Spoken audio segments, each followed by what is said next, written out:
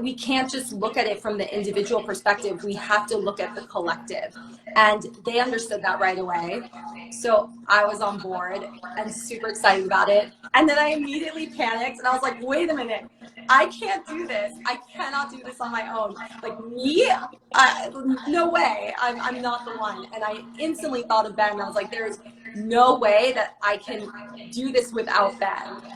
And then I'm so glad that you agreed and you got it too. Maybe you can tell a little bit about your story, but that's how I got involved, and I'm just forever grateful that you decided to join me on this project. Well, you're being extremely humble, and that's very nice. But you brought a massive amount to the table. You're also a trained professional actress, and so you're extremely good on camera. I tried my best, like professorial vibe. It like kind of worked. I don't know. We'll see how people. It totally worked. But no, I think it was a real team effort. I mean, there were definitely some things that I felt were my expertise, but there are a lot of things that I didn't know that I learned from your episode, especially about the media, especially about local politics. Like there were definitely some things, like the media one is fascinating. I think that's episode 8, I believe. Yeah. And that's something that you studied at your institute and are much more of an expert in it than I am. And so like the different types of media,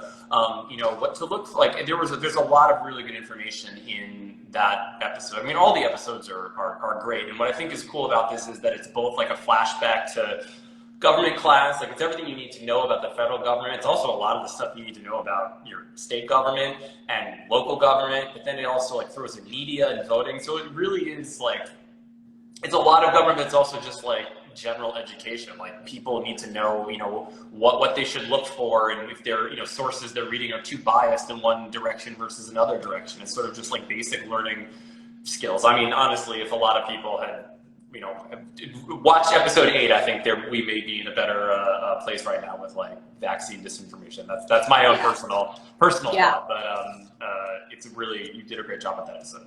Oh, well, thank you. That was a really important episode for me, just because it was so relevant right now. And just media literacy, that's something that we don't learn.